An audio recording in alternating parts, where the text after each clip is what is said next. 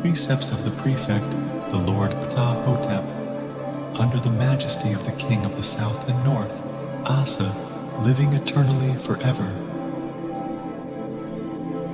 The prefect, the feudal Lord Ptah-Hotep, says, O Ptah with the two crocodiles, my lord, the progress of age changes into senility. Decay falls upon man, and decline takes the place of youth. A vexation weighs upon him every day. Sight fails, the ear becomes deaf. His strength dissolves without ceasing. The mouth is silent, speech fails him. The mind decays, remembering not the day before. The whole body suffers. That which is good becomes evil. Taste completely disappears. Old age makes a man altogether miserable. The nose is stopped up, breathing no more from exhaustion. Standing or sitting there is here a condition of, who will cause me to have authority to speak, that I may declare to him the words of those who have heard the counsels of former days? And the counsels heard of the gods, who will give me authority to declare them. Cause that it be so, and that evil be removed from those that are enlightened. Send the double. The majesty of this God says, instruct him in the sayings of former days. It is this which constitutes the merit of the children of the great. All that which makes the soul equal penetrates him who hears it, and that which it says produces no satiety.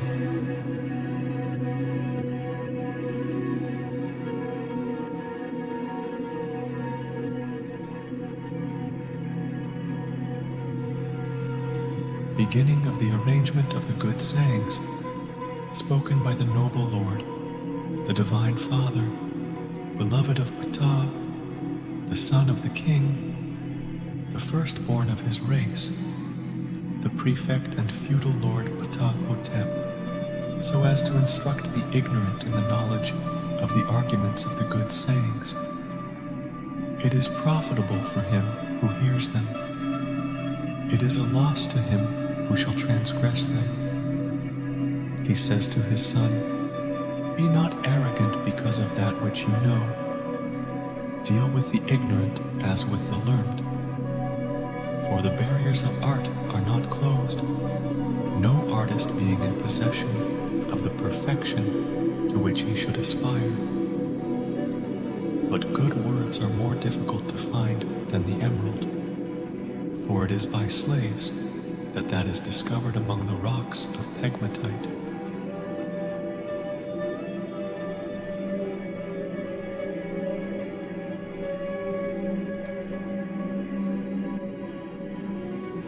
If you find a disputant while he is hot, and if he is superior to you in ability, lower the hands, bend the back, do not get into a passion with him. As he will not let you destroy his words, it is utterly wrong to interrupt him. That proclaims that you are incapable of keeping yourself calm when you are contradicted. If then you have to do with a disputant while he is hot, imitate one who does not stir. You have the advantage over him if you keep silence when he is uttering evil words. The better of the two is he who is impassive, say the bystanders, and you are right in the opinion of the great.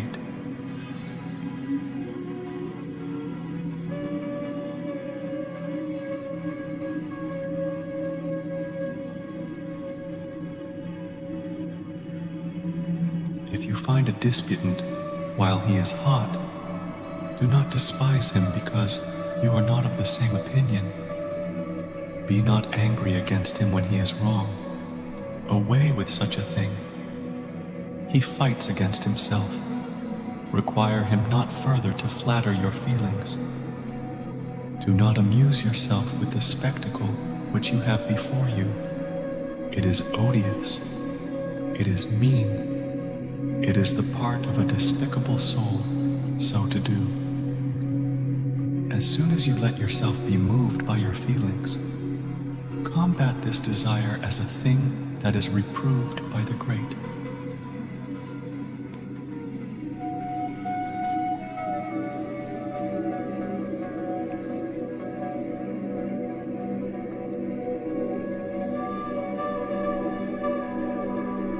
If you have, as leader, to decide on the conduct of a great number of men, seek the most perfect manner of doing so, that your own conduct may be without reproach.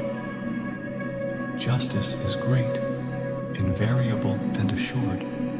It has not been disturbed since the age of Ptah. To throw obstacles in the way of the laws is to open the way before violence. Shall that which is below gain the upper hand, if the unjust does not attain to the place of justice? Even he who says, I take for myself of my own free will, but says not, I take by virtue of my authority. The limitations of justice are invariable. Such is the instruction which every man receives from his father.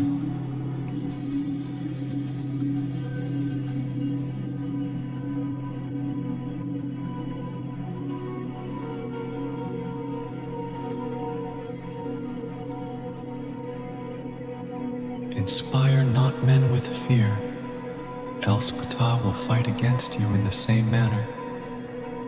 If anyone asserts that he lives by such means, Ptah will take away the bread from his mouth.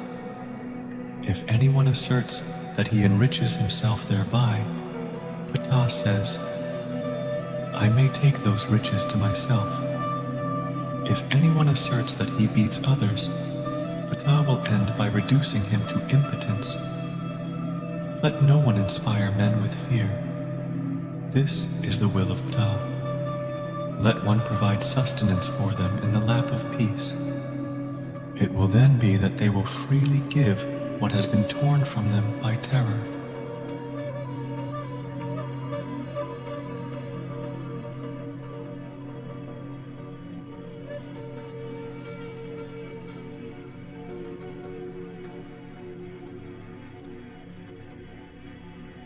If you are among the persons seated at meat in the house of a greater man than yourself, take that which he gives you, bowing to the ground. Regard that which is placed before you, but point not at it. Regard it not frequently. He is a blameworthy person who departs from this rule.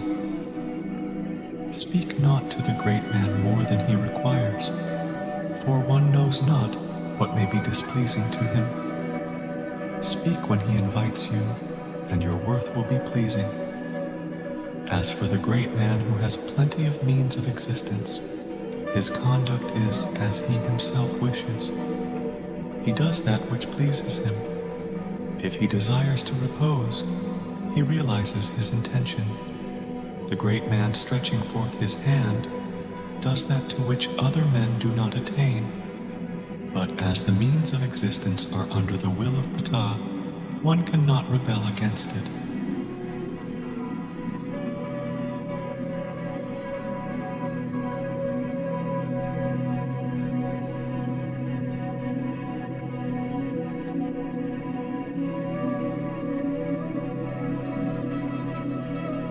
If you are one of those who bring the messages of one great man to another, conform yourself exactly to that wherewith he has charged you.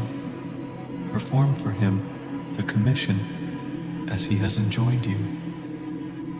Beware of altering and speaking the offensive words which one great person addresses to another. He who perverts the trustfulness of his way in order to repeat only what produces pleasure in the words of every man, great or small, is a detestable person.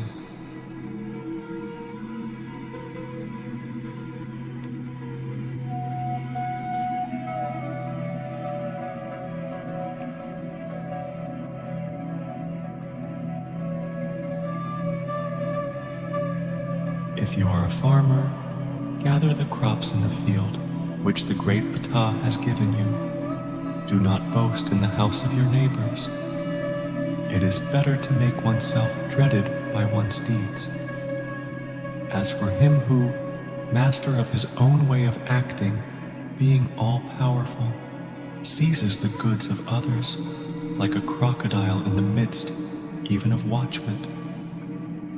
His children are an object of malediction, of scorn, and of hatred on account of it, while his father is grievously distressed. And as for the mother who has borne him, happy is another rather than herself.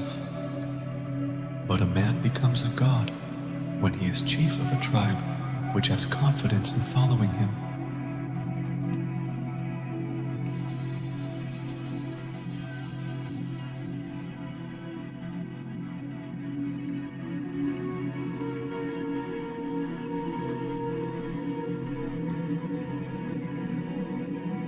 If you abase yourself in obeying a superior, your conduct is entirely good before Ptah.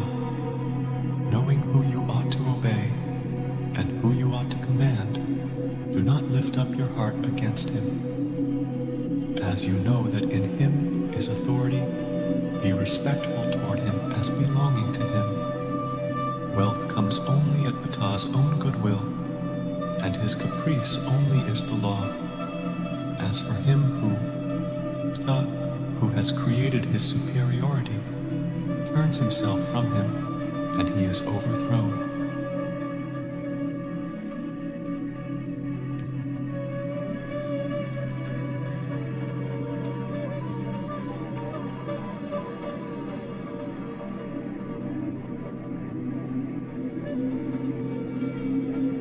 Be active during the time of your existence. Do no more than is commanded. Do not spoil the time of your activity. He is a blameworthy person who makes a bad use of his moments. Do not lose the daily opportunity of increasing that which your house possesses. Activity produces riches, and riches do not endure when it slackens.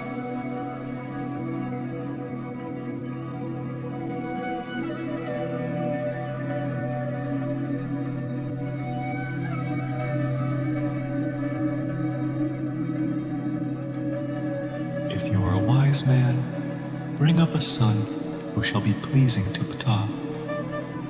If he conforms his conduct to your way and occupies himself with your affairs as is right, do to him all the good you can. He is your son, a person attached to you whom your own self has begotten. Separate not your heart from him, but if he conducts himself ill and transgresses your wish, if he rejects all counsel, if his mouth goes according to the evil word, strike him on the mouth in return. Give orders without hesitation to those who do wrong, to him whose temper is turbulent, and he will not deviate from the straight path, and there will be no obstacle to interrupt the way.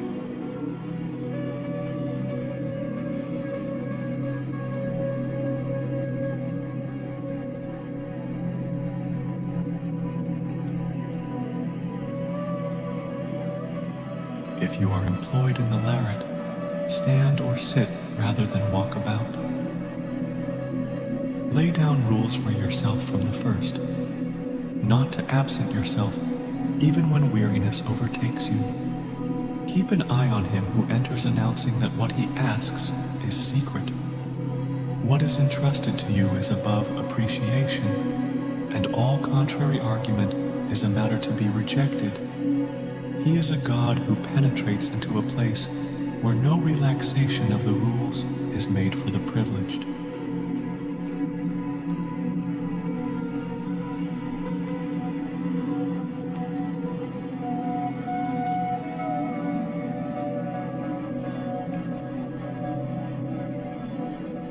If you are with people who display for you an extreme affection, saying, "Aspiration of my heart, aspiration of my heart," where there is no remedy, that which is said in your heart, let it be realized by springing up spontaneously.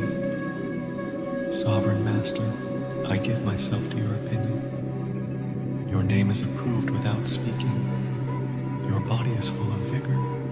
Your face is above your neighbor's. If then you are accustomed to this excess of flattery, and there be an obstacle to you in your desires, then your impulse is to obey your passion. But he who, according to his caprice, his soul is, his body is, while the man who is master of his soul is superior to those whom Ptah has loaded with his gifts. The man who obeys his passion is under the power of his wife.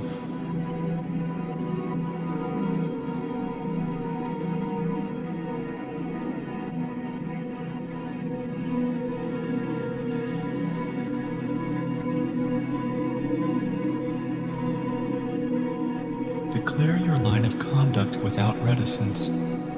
Give your opinion in the counsel of your Lord, while there are people who turn back upon their own words when they speak, so as not to offend him who has put forward a statement, and answer not in this fashion.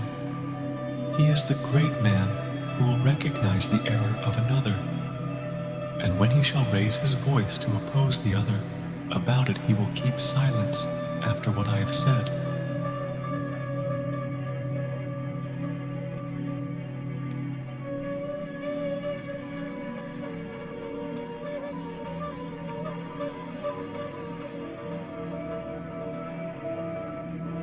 If you are a leader, setting forward your plans according to that which you decide, perform perfect actions which posterity may remember, without letting the words prevail with you, which multiply flattery, which excite pride, and produce vanity.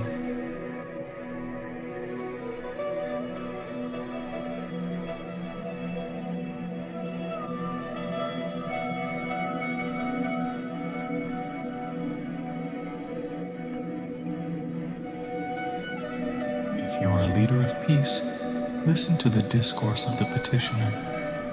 Be not abrupt with him. That would trouble him. Say not to him, "You have already recounted this." Indulgence will encourage him to accomplish the object of his coming. As for being abrupt with the complainant because he described what passed when the injury was done, instead of complaining of the injury itself, let it not be.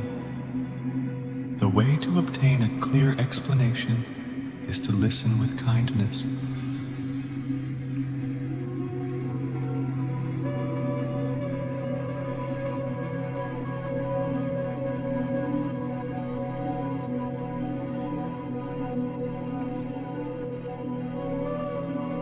If you desire to excite respect within the house you enter, for example, the house of a superior, a friend, or any person of consideration, in short, everywhere where you enter, keep yourself from making advances to a woman, for there is nothing good in so doing.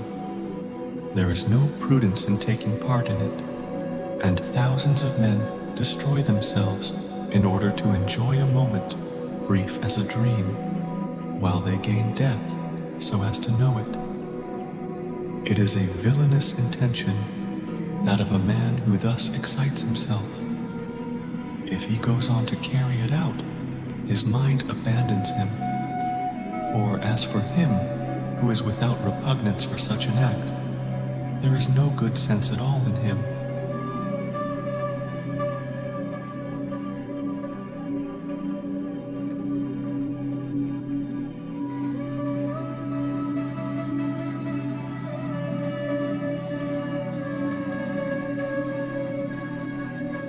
If you desire that your conduct should be good and preserved from all evil, keep yourself from every attack of bad humor. It is a fatal malady which leads to discord, and there is no longer any existence for him who gives way to it. For it introduces discord between fathers and mothers, as well as between brothers and sisters. It causes the wife and the husband to hate each other. It contains all kinds of wickedness. It embodies all kinds of wrong. When a man has established his just equilibrium and walks in this path, there where he makes his dwelling, there is no room for bad humor.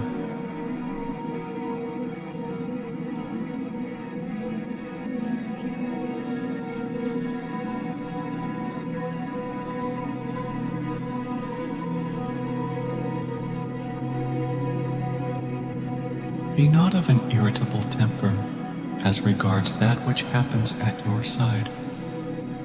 Grumble not over your own affairs. Be not of an irritable temper in regard to your neighbors. Better is a compliment to that which displeases than rudeness. It is wrong to get into a passion with one's neighbors, to be no longer master of one's words.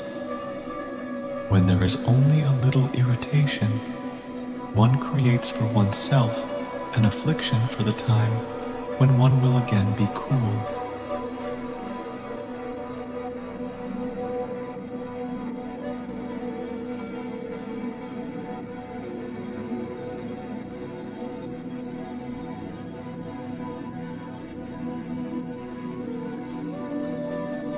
If you are wise, look after your house. Love your wife without alloy. Fill her stomach, clothe her back. These are the cares to be bestowed on her person. Caress her. Fulfill her desires during the time of her existence. It is a kindness which does honor to its possessor. Be not brutal. Tact will influence her better than violence. Her, behold to what she aspires, at what she aims, what she regards. It is that which fixes her in your house. If you repel her, it is an abyss. Open your arms for her, respond to her arms, call her, display to her your love.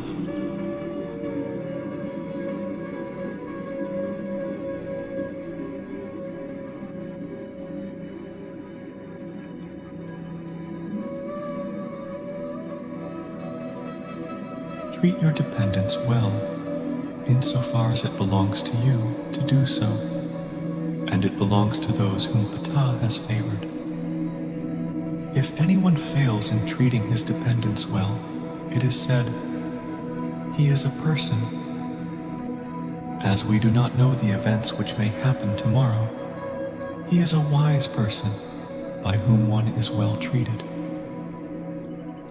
When there comes the necessity of showing zeal, it will then be the dependents themselves who say, "Come on, come on," if good treatment has not quitted the place. If it has quitted it, the dependents are defaulters.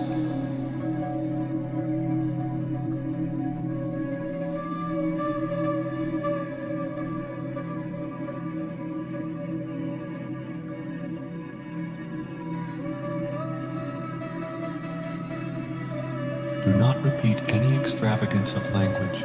Do not listen to it. It is a thing which has escaped from a hasty mouth. If it is repeated, look, without hearing it, toward the earth. Say nothing in regard to it. Cause him who speaks to you to know what is just, even him who provokes to injustice. Cause that which is just to be done, cause it to triumph. As for that which is hateful according to the law, condemn it by unveiling it.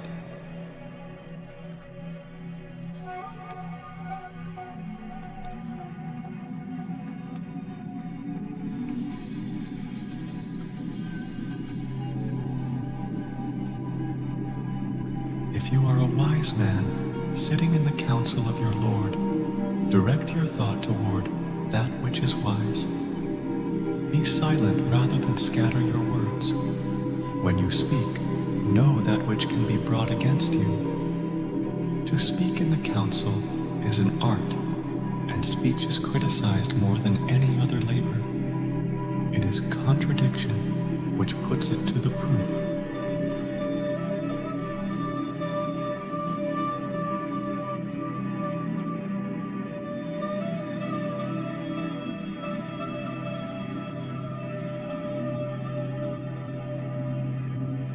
If you are powerful, respect knowledge and calmness of language.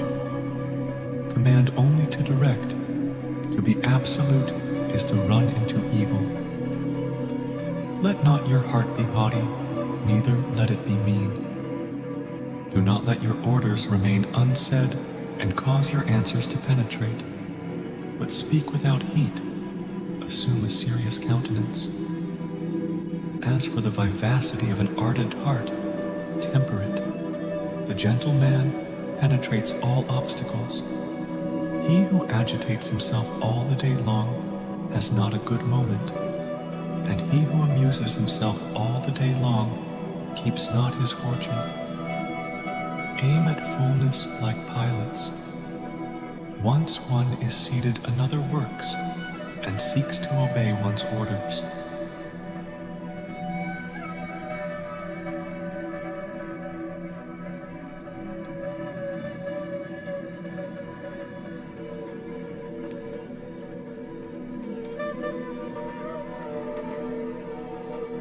Disturb not a great man. Weaken not the attention of him who is occupied.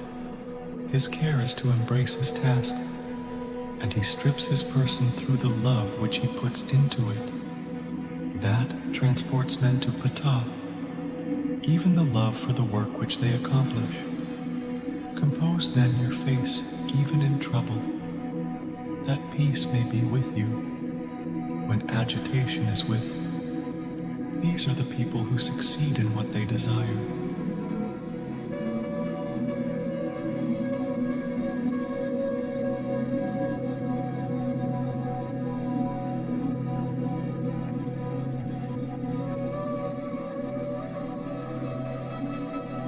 Teach others to render homage to a great man. If you gather the crop for him among men, cause it to return fully to its owner, at whose hands is your subsistence.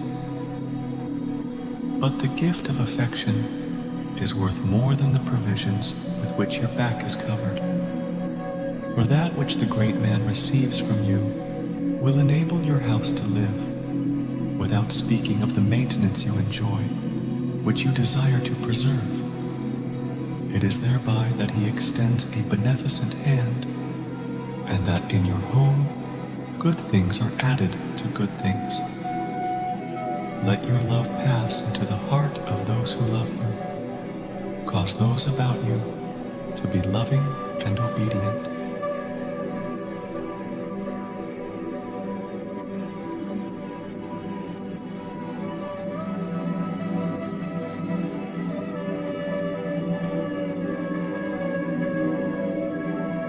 If you are a son of the guardians deputed to watch over the public tranquility, execute your commission without knowing its meaning, and speak with firmness. Substitute not for that which the instructor has said what you believe to be his intention, the great use words as it suits them. Your part is to transmit rather than to comment upon.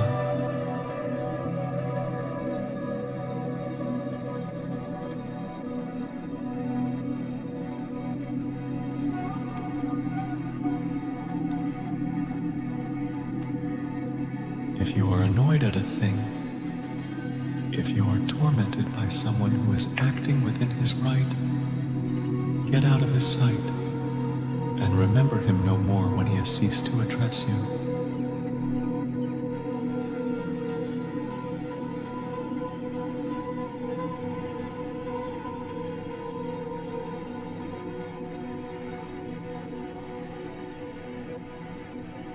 If you have become great after having been little, if you have become rich after having been poor, when you are at the head of the city, know how not to take advantage of the fact that you have reached the first rank. Harden not your heart because of your elevation. You are become only the administrator, the prefect of the provisions which belong to Ptah. Put not behind you the neighbor who is like you. Be unto him as a companion.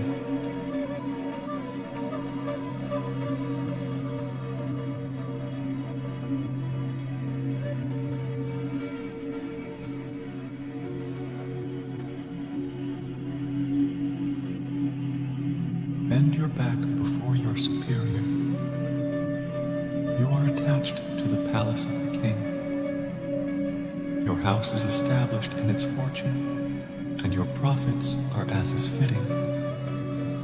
Yet a man is annoyed at having an authority above himself, and passes the period of life in being vexed therein. Although that hurts not you, do not plunder the house of your neighbors. Seize not by force the goods which are beside you. Exclaim not then against that which you hear, and do not feel humiliated. It is necessary to reflect when one is hindered by it, that the pressure of authority is felt also by one's neighbor.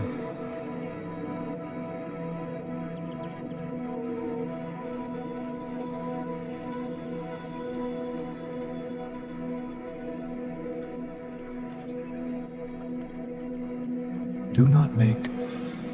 You know that there are obstacles to the water which comes to its hinder part, and that there is no trickling of that which is in its bosom. Let it not, after having corrupted his heart.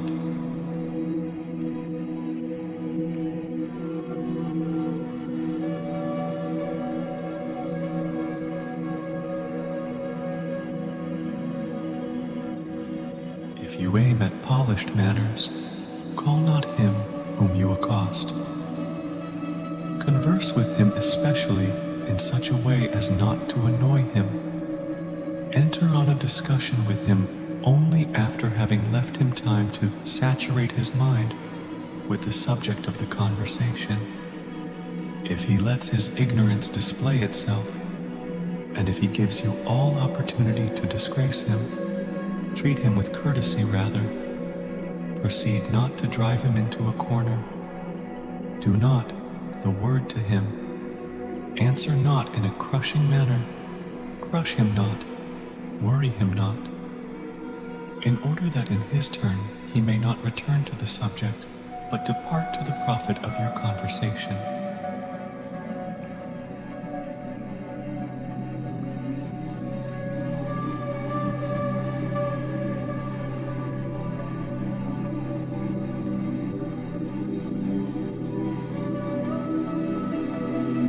Let your countenance be cheerful during the time of your existence.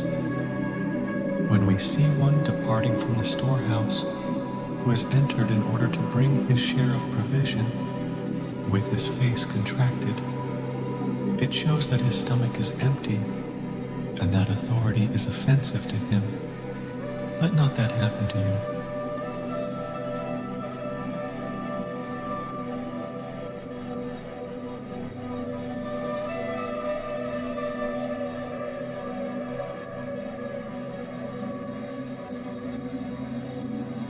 Know those who are faithful to you when you are in low estate.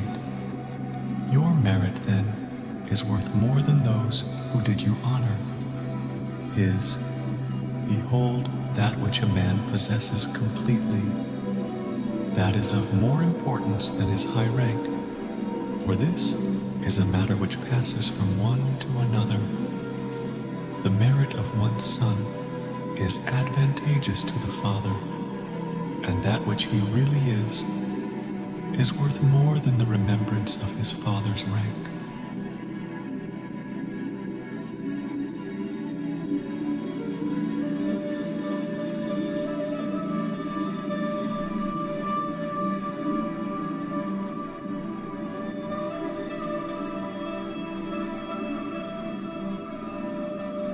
Distinguish the superintendent who directs from the workman, for manual labor is little elevated. The inaction of the hands is honorable. If a man is not in the evil way, that which places him there is the want of subordination to authority.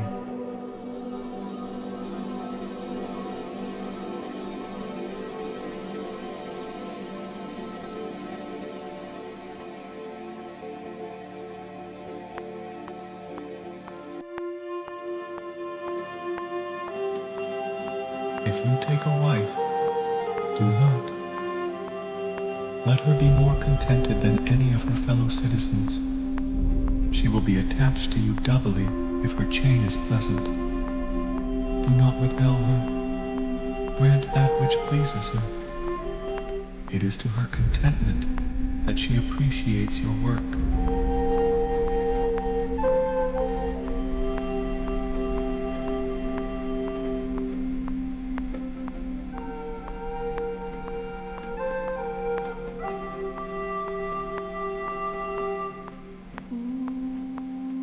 If you hear those things which I have said to you, your wisdom will be fully advanced. Although they are the means which are suitable for arriving at the mot, and it is that which makes them precious, their memory would recede from the mouth of men.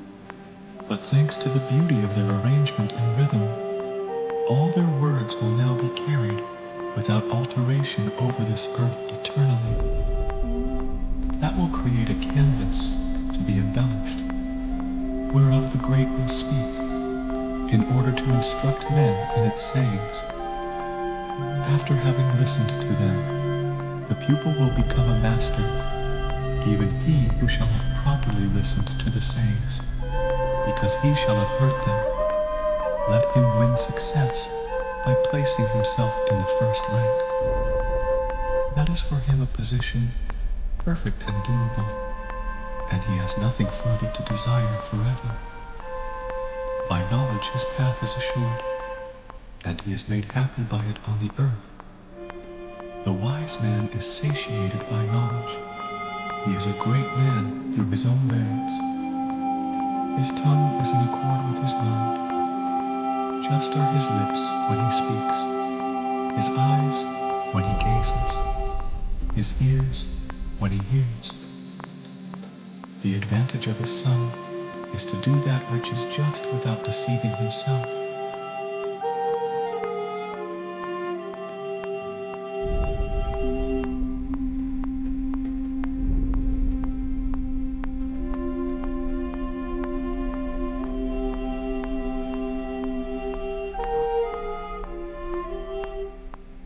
To attend, therefore, profits the son of him who has attended.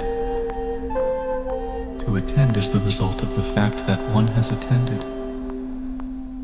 A teachable auditor is formed because I have attended. Good when he has attended, good when he speaks. He who has attended has profited, and it is profitable to attend to him who has attended. To attend is worth more than anything else, for it produces love, the good thing that is twice good. The son who accepts the instruction of his father will grow old on that account. What Ptah loves is that one should attend. If one attends not, it is abhorrent to Ptah. The heart makes itself its own master when it attends and when it does not attend. But if it attends, then his heart is a beneficent master to a man. In attending to instruction, a man loves what he attends to, and to do that which is prescribed is pleasant. When a son attends to his father, it is a twofold joy for both. When wise things are prescribed to him, the son is gentle toward his master. Attending to him who has attended when such things have been prescribed to him, he engraves upon his heart that which is approved by his father, and the recollection of it is preserved in the mouth of the living who exist upon this earth.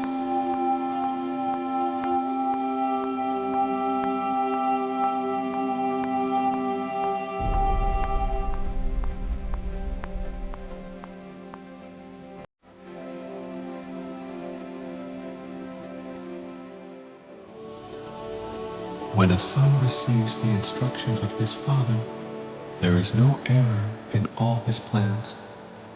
Train your son to be a teachable man, whose wisdom is agreeable to the great.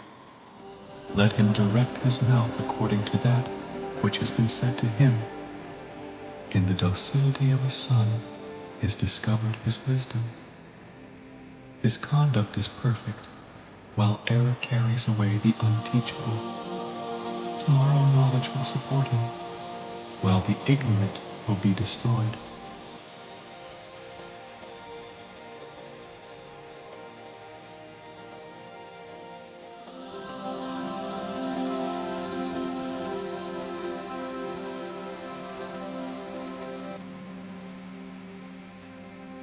As for the man without experience who listens not, he effects nothing whatsoever. He sees knowledge in ignorance, profit in loss. He commits all kinds of error, always accordingly choosing the contrary of what is praiseworthy.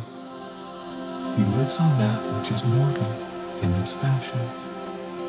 His food is evil words, whereat he is filled with astonishment.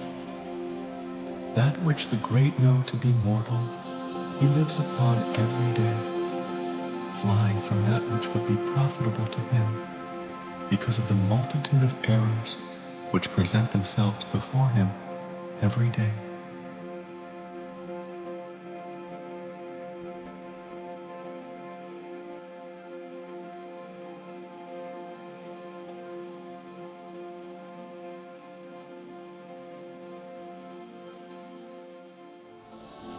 A son who attends is like a follower of Horus. He is happy after having attended. He becomes great. He arrives at dignity. He gives the same lesson to his children. Let none innovate upon the precepts of his father. Let the same precepts form his lessons to his children. Verily, will his children say to him, to accomplish what you say, works marvels. Cause therefore that to flourish, which is just, in order to nourish your children with it. If the teachers allow themselves to be led toward evil principles, verily the people who understand them not will speak accordingly, and that being said to those who are docile, they will act accordingly. Then all the world considers them as masters, and they inspire confidence in the public, but their glory endures not so long as would please them. Take not away then a word from the ancient teaching, and add not one. Put not one thing in place of another. Beware of uncovering the rebellious ideas which arise in you, but teach according to the words of the wise.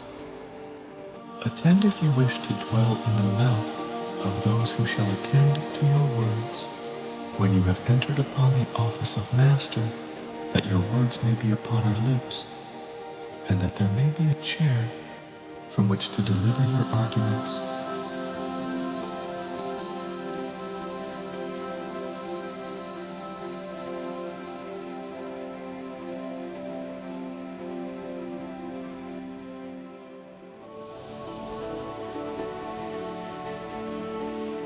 Let your thoughts be abundant, but let your mouth be under restraint, and you shall argue with the great.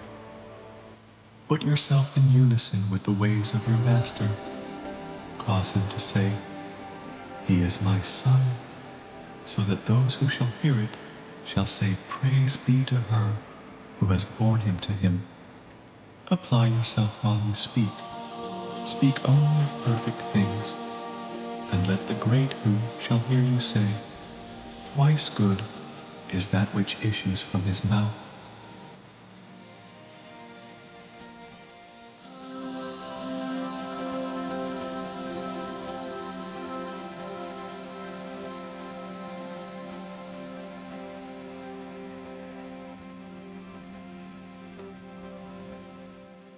Do that which your master bids you.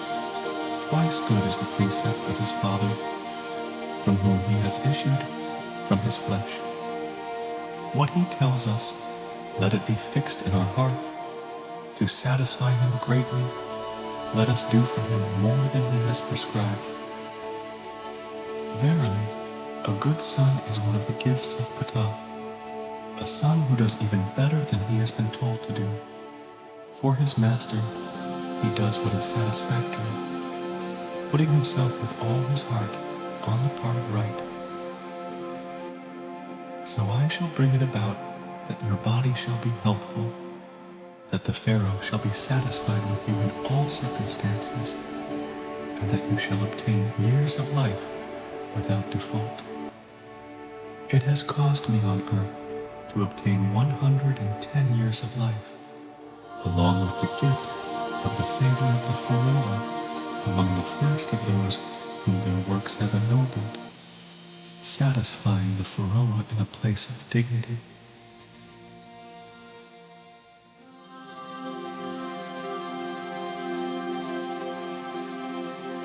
It is finished from its beginning to its end, according to that which is found in writing.